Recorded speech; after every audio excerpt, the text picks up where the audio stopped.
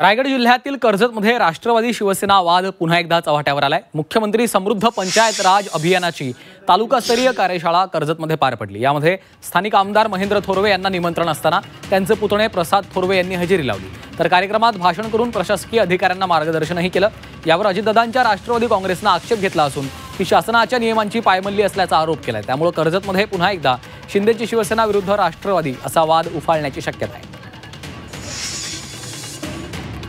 प्रसाद थोरवे यांच्याकडे कोणतेही शासकीय पद नसताना केवळ ते विद्यमान आमदारांचे पुतणे आहेत आणि एका राजकीय पक्षाचे पुढारी आहेत, म्हणूनच त्यांना या कार्यक्रमाला बोलवलं गेलं का असा प्रश्न मी गटविकास अधिकारी आणि रायगड जिल्हा परिषदेचे उपमुख्य कार्यकारी अधिकारी यांना या माध्यमातून विचारत आहे। या कार्यक्रमाची तसेच त्या अधिकाऱ्यांची चौकशी व्हावी आणि जे उपस्थित अधिकारी श्री पाटील त्याचबरोबर पाठारे यांना निलंबित करण्यात यावे अशी मागणी या माध्यमातून।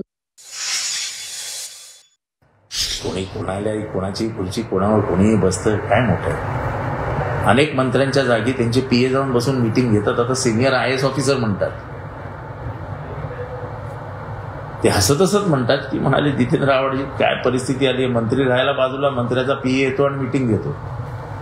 म्हणजे आता आम्ही ऐकायचो कोणाचं, मंत्र्याचं की मंत्र्याच्या पीएचं? नावासकट सांगू शकेन, मला त्याच्यात जायचं नाही।